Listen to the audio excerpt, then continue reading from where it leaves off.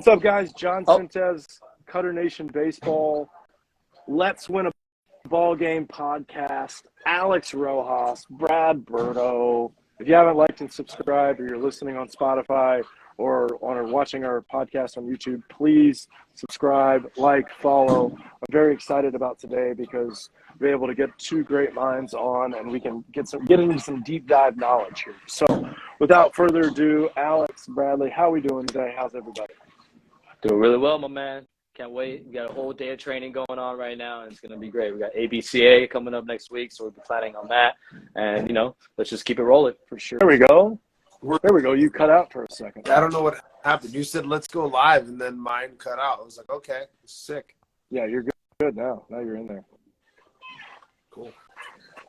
All right, so Berto already started. Alex, how you doing? What's new? I'm good. I was just organizing. I've got quite a lot of guys in the stables right now. A lot of just kind of midway guys, not like talent-wise, but like a lot of sophomores, a lot of juniors, a lot of guys that are a couple like in between 8th grade, 7th grade guys, right? Dude, you know what's awesome is having a bunch of stacked 10-year-olds that hit the ball as hard as some high school. It always makes like a high school guy a little insecure. We got this dope little Filipino kid. His name's Caleb Juan. I bring up the fact that he's Filipino because he's this squatty little tan fat kid. And he hits the ball harder than these big white kids that are in the weight room. And it's funny because they look at this kid and they're just like, what kind of bat is that? Oh, that's a drop 5. Yeah, you got a drop 5, though. That doesn't matter. I'm like, bro, he's 10, and he's hitting the ball 74 miles an hour. And, yeah. You're struggling with a drop 3 to hit 72. So I don't think it matters. Dude, there's a 10-year-old in our facility. His name is Tyler Hen. First of all, when you watch this kid work, you're like, who are you related to? Like, is your dad like Dice K? Like, it just everything he does is like it's got like that Japanese style flavor to it. But then when he hits, he looks like he's from Cuba. But he swings a drop 3 30-inch, and he's 11 or 10, and he just comes to class with this BB core, and he's like, "Look what I got for Christmas." We're like, "What?" He's got this BB core Velo 5150. So, do we got some good in between guys that they're like? It's kind of like baseball's so strange. I was thinking about it earlier, and I would love to hear your guys' opinion on this. But it's kind of like being a farmer. Like, you don't know how good the product really is for a couple seasons. Right. It takes a second where it's like, well, hold on. Don't throw the crop out yet. Give it some time. But there's a few given signs where you're like, okay, this is something that I should invest in. Yeah, definitely, especially because you mentioned the fact that you got the in-between guys, 7th, 8th graders, sophomore, juniors, right? That's a really key, part of development, development time, right? Where nobody cares how you do it. You're 13 years old, so let's just get bigger, faster, stronger, and really focus on becoming a better player, right? And because when you get to 13, 7th, 8th grade, you're going back to the bottom of the barrel, right? When you're 12, you're at the top of your age group. I tell this all the time to our 13, 14-year-olds, and now instead of competing with 12-year-olds and under, you're 13, 14 at the bottom competing with 18-year-olds and stuff like that. So it's not really about the competition at that point, but it's about the development part. And that's what we stress about those guys, especially the full-time guys who are in the weight room, hitting, pitching, catching, doing whatever. And it's hard to see because their velos are down compared to other high schoolers, compared to other guys who hit on 60, 90 fields. And some of them get a little discouraged, right, because they're barely putting balls up over the infield. But I'm like, but look, it's because you're in a new stage of development part. It's time to level up, right? You're at the bottom now, so let's really focus on just getting you better. And you can't really see it until maybe, okay, if you keep doing it, 3 years, by the time you're a junior or senior, then that's when the product really starts to grow, and you can harvest those those fruits of your labor, as you would say, for a farmer. Mm-hmm. Yeah, and on the pitching side, but I see the same thing where it's it doesn't matter the age, we're talking about, it's time spent working towards the goal, right? Mm-hmm. And it's not fair. It really isn't fair for an 8-year-old to get 10 years of training and be that far ahead, and then when you get 14, 15 years old and you're, I'm going to start doing it. And then you realize, like at our place, you come in and we got 10-year-old, 11-year-old gangsters that have been doing stuff with us for 2 or 3 years now, and we put them up in little strike competitions and they lose. Oh, it's not fair. He's not throwing 60 feet. I'm like, it doesn't matter. Yeah. The strike's a strike, dude. Yeah. Like, a strike's a strike. Nobody's talking about, like, how far you're throwing it. It's just, that's a strike at his level. A strike at his level obviously is easier, but you're older. You should be better, right? Well, then that's where the age doesn't come into play. It doesn't matter. He's actually spent more time than you have getting better, no matter what you say. Same thing on the hitting side, right? You mentioned how, like, you got these 10, 11-year-olds showing up these high schoolers, right? So obviously with our machine, right, puts heavy spin rates, a heavy ball, and it's kind of hard to hit, right? But that, like, with that machine, it shows a lot of inefficiencies in your swing, right? If you're not, like, right to the ball direct, on top, whatever it is, right? If you're long, loopy, you're just going to miss it. So, everyone talks about the age difference and stuff like that. We have, 9, 10-year-olds training with high schoolers in the same hitting group, right? And then these high schoolers we'll have it on the same speed. They'll be hitting off this. I love when this happens, right? When an older kid comes in, thinks they're good, and then I'll have, like, my 10-year-old who's been here for a while, and they'll be hitting on the same velo of the machine, and the high schooler's struggling to hit it, and then the 10-year-old goes in and just bop, bop, bop, bop, bop, bop. Doors. Yeah. I love it. Yeah.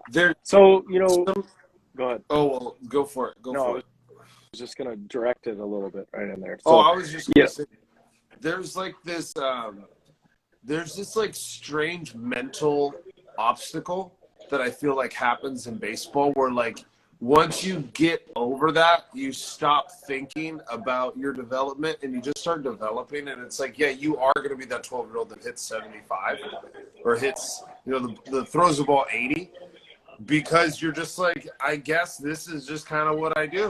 Like, I'm just kind of good at this. And you just kind of accept it instead of trying to achieve it. You just kind of do it. It's kind of a thing that, like, there's this stud kid that we got, and I love him because he's got I think he's cut his hair twice in his whole life.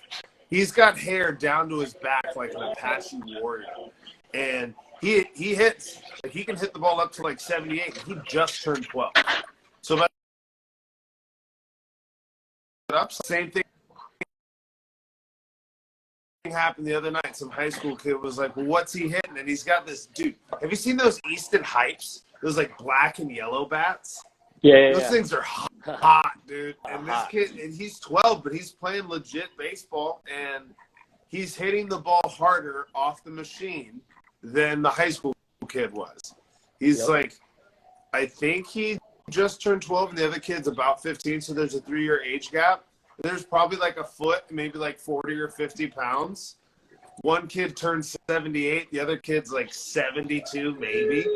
And it's just like the difference is, like, I've seen one kid developing for years where the other kid, he just sort of came in and he's been sort of playing travel ball, not fully bought in, but he's playing for the good travel ball teams, right?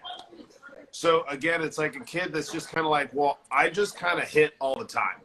So it's like, no wonder he hits 78. He's just a hitter. Like, he's not trying to be good. He's just like, I'm just a hitter.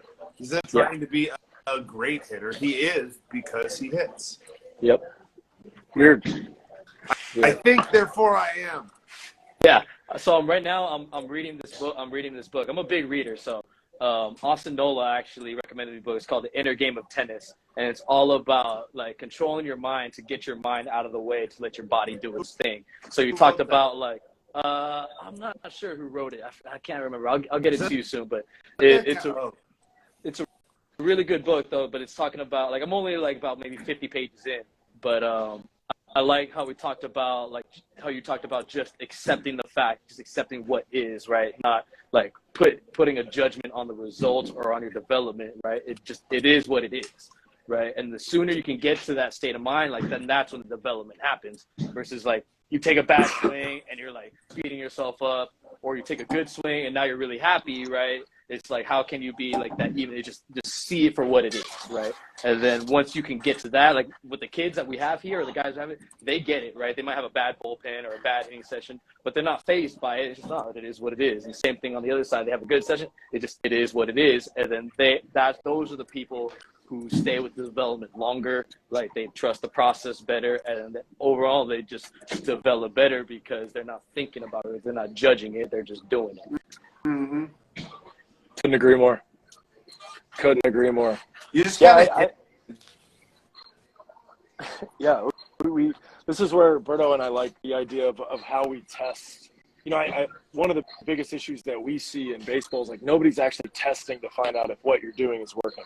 You're just like hitting BP on the field, coach is telling you to make some adjustments, and then you go play a game.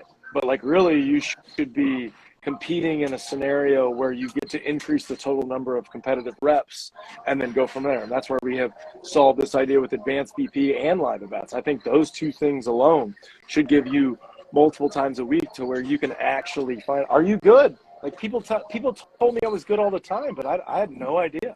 And you don't really find that out until like you're playing the video game, you get to the end of it, Bowser's there, and you win. You know what I mean? Like it doesn't work unless you actually see yourself do it. It's not about somebody telling you. It's like you mentally achieve the, oh wow, guy was throwing 96 inside. It didn't matter. Yeah. Right? Like that's where you get to find, well, I am pretty good. I get to say that, you know? And it's like I think, especially in the American culture, you know, you're not allowed to brag. You have to be humble. There's all these things that like some of the best athletes on the planet do brag. They do say things that challenge the narrative of what people think is the right thing to say and the wrong thing to say. And I think that's highly important. Kids want to do the gritty to home plate. Yeah, let them.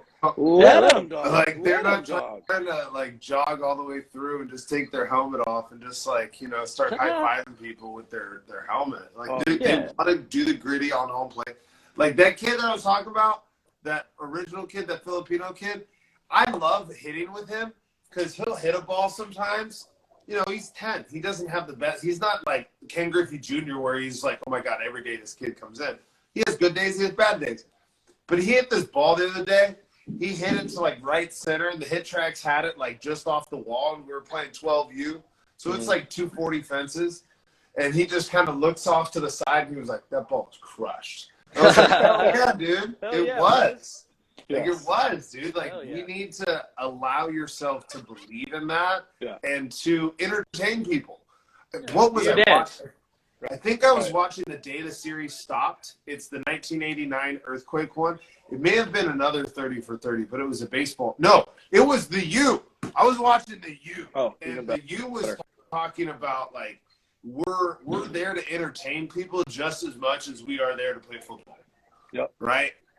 And I think that that's a thing that, again, it's probably a part of the culture. Hey, don't celebrate. Act like you've been there before. I haven't been there. I've never been here. I never hit a grand slam to give us a one-run lead in the state finals, right? Like, live that up, dude. Yeah, live that up. You hit one ball 400 feet, do your dance. Hell yeah. Like, do you, boo-boo? Yeah. Like, if you strike out the side and you just feel like on your inside that you just got to let out like a, ha! Like, do it. Like, do it. Berto knows. I let it out. Dude. I was throwing advanced BP just because I'm left-handed and, you know, switch it up for the pro guys, right? And I struck out Dean, and, I was ripping it. I was like, He goes, you really enjoyed that, did you? I go, I did, Dean. I know how John feels now. When do you not enjoy a strikeout? Like, come on, you know? When we did it's pretty funny that you said that too. You brought me back to Friday, and like Friday I got a little cocky, and granted I was going like 85, 86, but I was just like doorsing kids with fastballs middle with a little spin on it. Yeah, he was yelling doors after. I was just yelling, right? Just these poor kids. Doors, like just and they're all like, what's going on? I'm like, I just blew that thing right by you. 84 by you. Yeah, 84 by you. Sorry about 84 plays, man. 84 with 7'5" extension. Dude, that's another thing that, because I can just speak from the hitting side. Like, there is like the hit tracks gives you a lot of metrics to look at, so you can figure out like if the stuff is working for your swing, right? But I think that there's certain ideas that guys don't understand. Like, you don't have to be the dude that dominates in terms of like, oh, I hit the ball the hardest. It's like you just have to make sure you do that line drive in the gap when there's a guy on second base in a game. Like, nobody really cares how hard you hit it. But if you do that a lot in BP, then what are the odds that you do that in a game? Who cares how hard you hit it? Like, let's hit the ball in the gap. Let's hit the ball hard. Let's get it off the ground. Let's do it in a game. Balls in, like line drives. If you're hitting line drives in BP and they're not your best, you have to understand that, like, those are swings that I call it memory. Like, you guys remember the memory game, right? Like, we got all the cards laid out, and there's, like, bananas and grapes and monkey faces and all that. And you turn over the bananas. You got to find the other card that's got the bananas on it, right? But then Berto, he turns over the bananas, but then he puts up the grapes. But then I find the other bananas. I just remember where Berto put it. It's just a constant game of, like, remembering, like, hey, what was that like? Like, when you felt that, like, you just have to remember that and understand that that's the thing. It doesn't matter how hard you did it. It's like you took 60 swings today and you had a 75% line drive percentage. Yeah. Like, let's do that shit all the time. All the time. Like, remember that day. Yeah. It doesn't matter how hard you hit it, because if you do that 4 or 5 times in a season with a guy on second base, you look like a hero. Yep. And no one measured how hard you hit it. Yeah, no one cares. The run score. The run scored, you won the game. That's the game. Play the game. Like, I love, like, to go off of that, I love how, like, you know, here we always have the cameras rolling, right? Whether it's advanced sessions, BP, live at-bats, whatever, right? So for me, right, every time I, like, catch a barrel in live or even advanced BP, say it's a bomb, line drive, whatever it is, it felt good, right? It's that, you know, that feeling that we're chasing all the time, right? And luckily, like, oh, there's a video of it, right? So I'll just airdrop it to my phone and I'll just be sitting at home just rewatching it. Just for an hour, just the same swing, just just rewatching. I love that feel. I could feel what it felt like when I watch it, and I just want that ingrained in my body, ingrained in my brain, so that way it's like it becomes more automatic. You know what I mean? Or I do it more consistently. Like, I don't try to remember those, so I just have like a whole compilation of my swings, and I'm just rewatching. Whenever I'm bored at home, if I'm on my phone, like, I just start watching those swings over and over and over again, and I feel good. It's fun to watch. You know, people do. I know I've heard stories of big leaguers doing that before a game. They just watch their highlight reel. I'm like, yeah, why shouldn't you? That's what you did. We're at your best. You did it right, and like that's what you're trying to chase over and over and over again. Couldn't agree more. That's actually in one of my favorite books. I am a reader as well. I haven't been reading as much lately, but Berto and I talk about this all the time. But, you know, the human highlight reel is actually a tactic that you increase your dopamine to be able to get into the zone, right? And they talk about how real can you make that thing? And what a better way to do it, Berto, than that exact thing. I remember reading the highlight drill and then going into like a serious playoff situation where I felt myself creating my own anxiety because, you know, as you get older, when you become a pro, it almost doesn't matter how your season goes sometimes. What matters more is, can you get to playoffs? Can you get to the finals? You know what I mean? Like, you can have an okay season, get there, but if you go off in the playoffs, then you're going to make a name and you're going to make some money. So yeah, that was Trent Grisham this year. Right, exactly. I remember 100%. I remember being in Mochi's and like them be like, hey, we need you. You got to be ready. You know, you're going to be first out of the pen. And I like took that maybe a little too serious, but I remember like being in my locker room and then just like, I was really into the haka. So I like took the haka background music and cut it back and forth between me just punching dudes out. And I just remember like being on fire. Like, it was a 2-minute little video that I'd watch of myself, and it'd be doors, cutters, sliders, you know, every pitch that I had. And then I would go down, you know, I'd walk out for the game. I'm like, dude, I don't even need coffee. Like, my brain is on fire, ready to go, you know. And I think it's such a beneficial move for kids that, you know, hey, Dad, if you want your kid to remember the good stuff, make him a highlight video. Watch it, you know, like, don't send him the 45-minute clip of the whole outing, Dad. Hey, these are your 10 best pitches. Let's just focus on these, you know? And there's a school of thought that, you know, maybe you don't even remember the bad and you only focus on the good and the objective of what you're trying to get to. And that's where I like the highlight reel idea. Because I could top 5 cutters I've ever thrown in my career. I got them in my head all the time. Oh, yeah. Righty, lefty, front door, back door. Same thing with all the homers I got, like college, high school, travel ball. You know, I got them all in there. And I'm just reliving those all the time. I can tell you how it felt when I threw a guy out, like, in X situation, Y situation. Yep. Yeah. I just imagine you just chucking dudes. It's funny. I threw a dude out off my knees one time. Hey, if this guy's out there watching, there's the fastest human I've still ever seen on a baseball field. His name is Danny Beaver. Okay. And with a name like that, you wouldn't expect much. And he's from Ohio. It's called Notre Dame College or something like that. Anyways, I think he ran a 6.360. Like, if I were to put a guess on it, like watching him explode from first to second, but I didn't throw him out. I got close. But he had a homeboy named TJ Lett, equally as fast, but he hit more bombs. I remember there was this awkward, like, you know those balls in dirts where, like, the ball doesn't really get away from the catcher, and the catcher just kind of palms it? Well, that happened. But he had a great jump. And I don't know, like, I blocked it, and he had a great jump. Then I grabbed it, and I looked up, and I was like, oh, fuck, he's going. And I just ripped it. It was probably the best throw I've ever had in my life. And just nailed it to end the inning. And I remember, like, thinking back on that at the end of that series.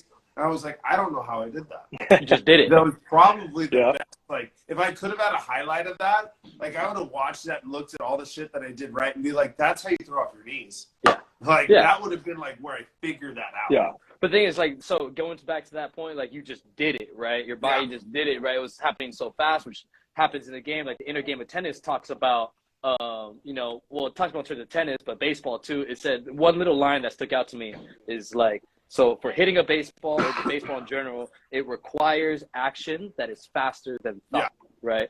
So if you're thinking, like, oh, I got to block that, I got to grab it, and then I gotta throw it, like, no, it's already too late. You're done, right? You just went like, oh, boom, got it, right? Your mind was out of the way, and your body just did its thing because you probably practiced that, you know, picking it up and throwing it a million times, right? And your body just did it, right? And then at the end of it, it's like, oh, how the fuck did I just do that, right? It's because it's in your body. Your brain wasn't thinking about it. It was just able to do it. It was out of the way.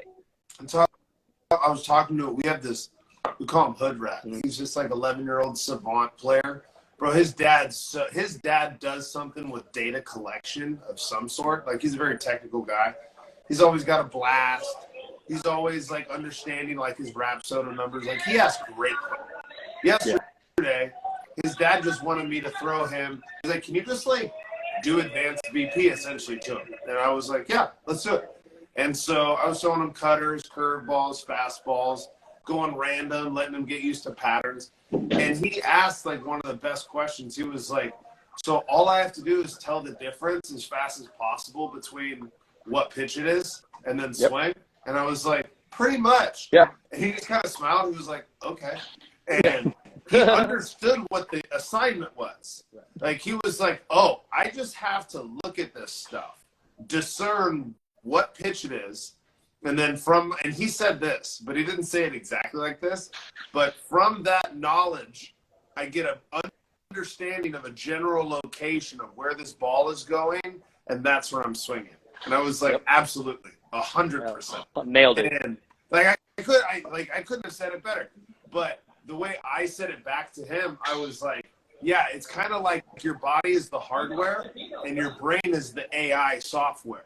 You can't be pressing buttons. AI just goes. Like, there's no button pressing, just like you talked about. Like, there's no time for me to go like, oh, F1 shift L. Like, there's no time. The computer just has to do it once it's been stimulated. And that's why playing travel ball is important. Like, you don't have to play on 2 teams, 3 teams, but, like, you need to play a lot of baseball just so you can download the amount of information that's required. Like, have you seen those videos of Bryce Harper that are going around on the internet? He was like a baby. He was like 11. He was like 6'1", 170. He was like a monster. He was so big. Like, even though he was hella big, he didn't have the software to play Major League Baseball. Right. He did at 19, which is crazy that he downloaded that much information or didn't have that much information, and his computer was so good, he was like, oh, okay, I get this now. Like, that's what the game is. It's like, no one has written a manual on baseball because there's over 3 million possibilities that can happen in one single baseball game, right? And that's a lot of information, but I bet there's like a baseline amount of information that you just have to get to a really good player, and they can be like, oh, okay, got it. Like Lorenzo King, because he didn't start playing until he was a teenager. Right. Like, he was somewhere in his mid-teens, right? So he just had enough information where he just sort of, like, looked probably at what the game was. He was like, oh, I can do that. I can do that. And I watched him at JUCO. I watched him hit 2 baseballs over the scoreboard with the old bats and be like, wow, who's this guy? Yeah. On like and it was on cheese too. It was like a guy throwing like 95 on our team. It didn't really matter, you know. Yeah, but, How old are you? 20, 28, 26. 26. 26. Yeah. Do you remember the old bats? The Beezer bats? Yes, he doesn't even remember. He has to think about it. They're like well, I remember creatures. They're like dragons, and John and I the are Beezer like bats. Targaryens. So like funny, we're the only people that remember them. Funny story That's about funny. the Beezer bats, right? Funny story about the Beezer bats. So when I was 12, right? I don't know if you knew this about me, Ro, but I won the Little League World Series in 2009. Did you really? Yeah. Were you we on won the Chula whole Vista? thing. I was Yeah. on Chula Vista. Hell right? yeah! So that was No way! yeah, we were nasty. Hold on, time out. That's one of my wait, was Kiko on your team? Is that his name? Garcia, Luke Ramirez, Andy That was Rios. one of my favorite teams. You guys were like no, don't take this the wrong way. It was like street kids from LA that I knew weren't street kids, but it was like more of a representation of like LA demographics were there, not like Hollywood Hills, LA. Yeah. No, you could call it California. I think you could sum that up as like California, like because a lot of the California guys that I play against, exactly. Yeah, it was Berto, you know, way more like California than like West Hollywood or whatever. Yeah. But continue. But anyway, so funny story about. But yeah, so now we got Andy Rios is my boy. Grew up with him. He's coaching here now, so it's like me and him run the hitting side. So it's great. We have. We teach the same things. Everything's cohesive. But anyway, about the Beezer bats, right? That was the last year, 2009, was like the Beezer bats were like legal. So we have the home run record right now in the Little World Series with 19 in like 6 games, right? And we were just bang, bang, bang, bang, bang, right? And then I don't know, like that 19 is very beatable, right? In 6 games for some of these 12-year-olds. But that was the last year of Beezer bats, so it's like that's how I distinguish. We got a bat from Easton puts out a new bat. And they let the Little World Series guys test it, and then they put it out, right? Ours was like the Easton, the Stealth XL. It was a red Stealth, but it never came out the next year. But it never came out because that's when they started, like, all right, B-score is a thing because these kids are hitting way too many bombs. Yeah. But in San Bernardino, that record's never going to be broken. It was probably not, but in 6 games, we hit 36 I literally as a team. have watched you play baseball when you were a young kid. I was a little gordo back then. But like, it doesn't matter. Like, so like, when I was growing up, I love watching baseball in the summer. That's just like, it's too hot outside right now. I'm just going to watch some baseball, right? I would watch the San Bernardino regional final every single year. I've probably seen you hit a bomb. Probably. I didn't hit a bomb that game. That game I had, I didn't hit a bomb that game, but that game, like, it was tied 3-3, bases loaded, right? And I'm up, right? And I go down 0-2 real fast, right? But then I have this 12-pitch at bat, and I draw a walk. Let's go. I drew out, and you can see it in my face. I'm like, yeah, like a walk. You know what I mean? I was like, yeah, and the whole time, and then the guy after me came and cleared the bases with the double, right? And then it was just game over by then. But I just remember distinctly that at backs, it was just, just foul pitches off. Oh no, ball, 2-3 pitches, foul. And that whole time, like, I guess, like, so 2009, like, the economy was pretty bad at that time, so like we're winning, and then all my parents in the stands, I didn't know this was going on. They were talking about how, like, how are we going to get to Williamsport, right? We don't have the money or whatever. How are we going to do that? And so my uncle that was there, like, at the same time during that bat, they start calling out, like, the 50-50 raffle numbers. And during that at bat, my uncle won $1,000, and he's like, I know how I'm getting there. So all that happening, winning go-ahead run comes in, he gets his $1,000, and everyone's going nuts. It was awesome. That's awesome. That's so cool. What a trip. Chula Vista champion over here. Chula Vista, baby. We got to be big leaguers for like a year. He's kind of a big deal. He's not a small deal. Yeah. The legend. Like, definitely.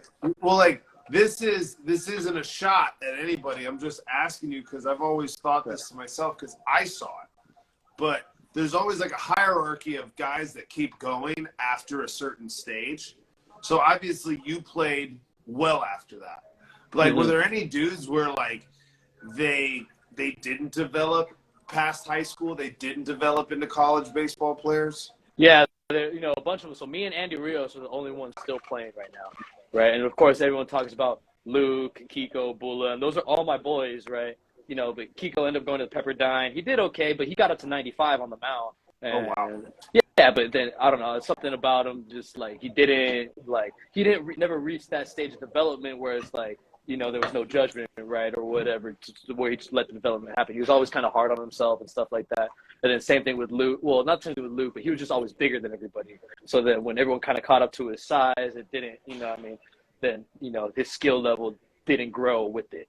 You know what I mean? His brother Ben is nasty. He's with the Mariners. This dude, his little brother Ben is just the same height, just more athletic. And he's with the Mariners right now. He's gotten drafted like 3 times. And then he finally got like I think after USC, he got drafted in like the 13th round. He went from like 30th round twice in high school and said, now I'm going to go to USC. And then had a COVID year and stuff like that. Now he's 13th round. And then now he's with the Mariners and he's a stud.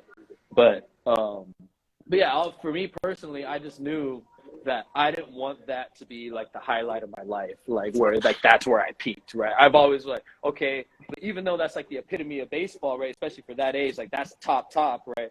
I wanted more than that. I didn't want that to be, oh, that's it. You know what I mean? Like that was a great experience, still one of the best experiences I've ever had in my life, and I'll always love it. But like I always wanted more, and I think Andy wanted the same thing too. Like we got a taste of it now, like. Now let's go do it for real, you know what I mean, and go get it again and go get more. That's where I'm at. I totally get that. Yeah. Do you know, like, what were you going to say? No, go ahead. No, I was just going to say there was actually a kid that came to our facility. He's from our area, but he transferred to your neck of the woods. He's at Point Loma. Okay. And they just lost in the national championship last year or something like that? Yeah, yeah. Right? Correct. Yeah, they're nasty. And speaking of which, as always, like University of Tampa was, I think, the team that they played, or the team that beat them beat University of Tampa, so they're always in there. That's for John. Tampa's always good at everything. Basketball, football, it doesn't matter. Very far baseballs I've seen hit by the Spartans. I could see that. Humid weather too. Wow. Yeah. So anyways, there's just like a tradition of winning that comes from those places, and you could even tell in his voice. And he just got there. What is it? It's December, so he probably got there in August, so he's still brand new. But you could tell that he wanted to get back there and do a thing, because guys were there that had gotten there that were like, okay, I don't just want to do that one time. Let's do that again. Let's do that again, because it's like what you were talking about with hitting earlier. It's why you watch that video on your iPhone, because it's like that was such an amazing moment. I think people get it caught. I know I have personally, so I'm going to speak for myself. I've gotten it confused where it's like, am I just indulging in the past too much? Am I watching this? But I'm like, this also just happened 2 days ago. I should watch it because it's going to affect me in the future when I'm taking BP. And there have been days when it works. There have been days when it doesn't, right? But to understand what it takes, understanding what it looks like when it goes well, I think is good to know. Because then it makes you want it more and more and more and more. Because you have done it. It's not like you haven't done it. Right. She turns his foot. You just saw it. You're watching it. You're like, oh, wow, I just hit that ball, 100 and some miles an hour. I just had a 12-pitch at bat. Mm-hmm. Yeah, so I don't think, indulging in the past, right? It's like, yeah, there's some people who do that, right? Talk about back in the day I did this, and this, right? But you're not doing it more. If you're still chasing it, right, then yeah, learn from the past. We've been trained, Mark Melanson's been coming here, right? And then we were talking about all right, let's look at what you were doing when you were all-star Mark versus what you're doing now, right? And you can see some of the things he was doing, and some of the bad things too, but he goes, oh yeah, I was doing that, or oh yeah, I'm not doing that anymore. Yeah. Right. And same thing with anybody, all right, what were you doing back then when you had your best year versus, all right, now you just had a shitty year, right? Let's compare the two, right? And that way we can go from there for the future. It's oh yeah, let's get back to that and let's make that better, and stuff like that. So learning from the past is, I would say, we're learning from the past, not really indulging in the past and staying in the past, but learning from it for sure. Yeah, especially when you're doing something right, just like we were talking about earlier about the highlight reel, and just you're right.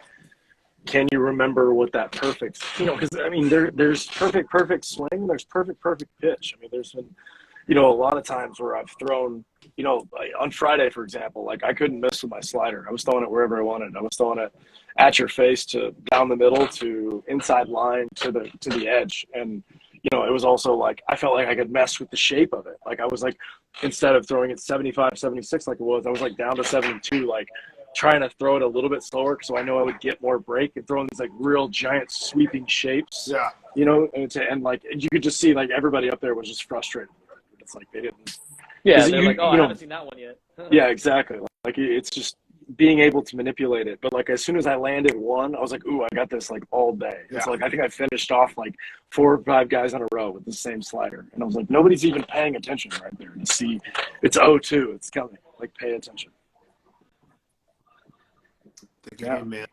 The game is so interesting. It's like that memory thing is like, it's what I've been super key on lately when I've been talking to guys. It's like you have to use your memory as your biggest weapon, because it's the only thing that you can guarantee is the same every baseball game. Because you're not going to face the same pitcher.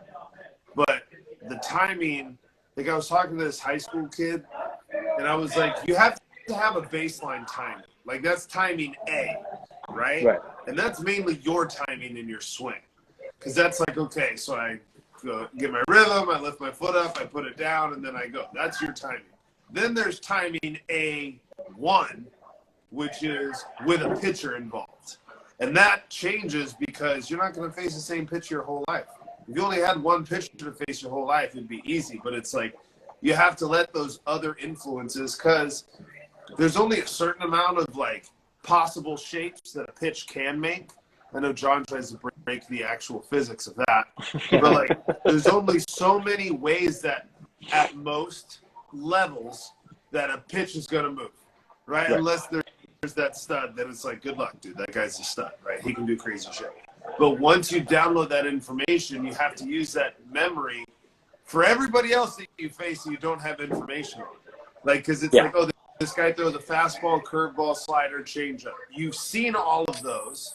Like, now you just have to kind of put it in your head. Baseball is so hard. Like, because there's so many weird, like, you're trying to imagine what the reaction time would be that requires, what is it, 0.385 seconds or slightly slower. So it's like, how do you even imagine that? So it's like you already have to have so much baseline memory established to narrow that down, or else you're so fucked. Yeah, especially with a pitcher you've never seen before. Yeah. And so you're going to look like you never played. Yeah. You're like, what the hell is that? Exactly. And that's like all the new hitters that come in here, like think they're good, come for live at bats. Oh, they've never faced John before. You know what I mean? Doors. Like, doors. Yeah. But that's why, like, okay, so now in terms of timing, like, from like a technical hitting standpoint, right? You said like having like different timings, right, in the bank just to pull out whenever you need it. So it's like, that's why like I talk about like, oh, it's not you either need to have a big leg kick or like a small stride, no stride, whatever. It's not either, it's and. Like it's having, why not have a swing with the leg kick and having a no stride swing? That way, like practice both extremes, right? The big extremes for loads and timing, right, is a no stride and a big ass leg kick, right? Those are the extremes of the load, right, of the movement is, right? So if you practice both of those, right, and then you can find somewhere in between, like once you adjust, say like a pitch you've never seen before, right? Okay, that big ass leg kick doesn't work. Maybe I got to cut it down a little bit, right? Or the guy's throwing a little slower. I got to, stay in my backside a little bit longer. It's just having that adjustability to change up your timing, change up your, your stride, rhythm, whatever it is, just a little bit, right? It's not much, but it's just a little bit, and having that athleticism and be able to practice both, right? And that's how like I can adjust to pitchers or adjust to John, right? Like when I face John, like I have like the adjustability, because like now I realize that he can throw anything at any time, right? So I'm just looking for something up. Anything fucking up, doesn't matter what speed it is, doesn't matter what's spinning. If it's up, I'm probably going to be able to swing at that, right? And it's like I'm timing up for the fastball, like, oh, it's spinning and it's up. I can sit back a little bit longer and still get a good swing off, right? Even though it might not be the pitch I'm looking for, but he's throwing strikes, right? I don't want to get to 0-2. If he leaves anything up that's hittable, I'm going to at least take a shot at it and fucking take a hack at it versus like, oh, I probably could have swung at that. Yeah. Especially when I get the top of the zone with the TrackMan zone. If I actually get the top of the zone, I don't mind living up there. But if I'm not going to get it, it's just going to get smacked. Yeah, now he tries to drop cutters in and drop them into the top of the zone. Yeah, now I'm just playing the show up here, trying to throw 4-foot curveballs at Nick the top of the zone. Nick the top of the zone, yeah. Everybody's like, no way that's a strike. I'm like, well, Apparently by this Pac-Man digital had it as box that we're good. Yeah. Yeah. That's the debatable part of that too. I love that as well. Yep. Okay, so I got I gotta get going. I got some hitters, but Yeah, this is perfect. One thing I want to talk about, that Filipino kid, right? Yeah. So it just so happens that I'm helping build the Filipino national baseball team here in San Diego, Berto's right? right now. So yeah, I connected with him. We're trying to do stuff all over. I'm specifically focusing on San Diego, but we're trying to build a whole program system for it. I see him today. With youth programs, high school, college, and the pro team, the World Baseball Classic team. So unfortunately, this time around, the Philippines team got booted because we weren't high enough for the World Baseball rankings. But we're at the stage of like just building now, just gathering all the Filipinos. Get up, develop them. Yep. So hopefully we could get out there one time, meet them in person and stuff like that. And then if there's any kind of workouts in your area or something, right? We'll definitely get connected. And then we're just trying to. It was so cool. The first Philippines national team workout I went to, it was the first time I was on the field with all Filipinos, and it was awesome. And we all felt this sense of like community. Chase Darno was there. I remember he called me the night before, like at 9:00 at night, just all giddy about it. He goes, I've never done it. He's a quarter Filipino. Yes, his mom, or no, he might be half or a quarter. His mom's like from Manila and something like that, and his dad is French. So he was all excited. He's like, yeah, I've never done anything like this. I'm super excited. He's like, I don't even know what to wear. Like, what should I wear? I'm like, Chase, you're Chase. What do I What do I wear, bro? I know. I should have told him, like, you need pants and a belt, But big leaguers are too funny. Yeah, it was so funny. So he was just like a kid again. He was mixing in BP, mixing in the infield stuff, doing all that, and it was awesome just having all Filipinos, and the sense of community that we had was awesome. And so I'm just definitely doing my part to help build that for sure. That's rad. Hell yeah. I'll take a video of them today and send it to you. Definitely. Yeah, there we go. We can post that. We can post that on the national team. Definitely can help them with some social media stuff just to keep blasting. If we have any Filipinos, like, let's put them out there. Let's get their names out there, and let's just have some fun with that for sure. Yeah, for sure. Okay, guys. Thank you so much for listening. We'll keep this kind of short today, but thank you, Alex. Always pleasure getting you on here. Berto, great connection, awesome conversation. We will definitely keep these going. I know we might need to do like a recap while we're at the ABCA podcast, so we can tell Rojas of all the crazy fun things that we got, and all the big leaguers that we see floating around there too. So hey, real quick, go ahead. I gotta ask you something. We got 2 games this weekend. We got Michigan. Who they playing? TCU. Then we got Georgia and Ohio State. I got Georgia, Michigan for the national championship. Georgia looks very, very threatening. They're scary. They don't have to play Alabama, so that's all that matters. So they'll be fine. I'm not a college football guy, so I'll let you guys talk about that. Yeah. Just bet on the Bulldogs. There you go. They're going to be one of the greatest teams of all time. I'll throw some money down. I'll be a college football guy real fast. So. Yeah, for sure. 100%. All right, guys. Thank you so much. All right. Like and see you guys. Later, guys. See you soon. Guys. See ya.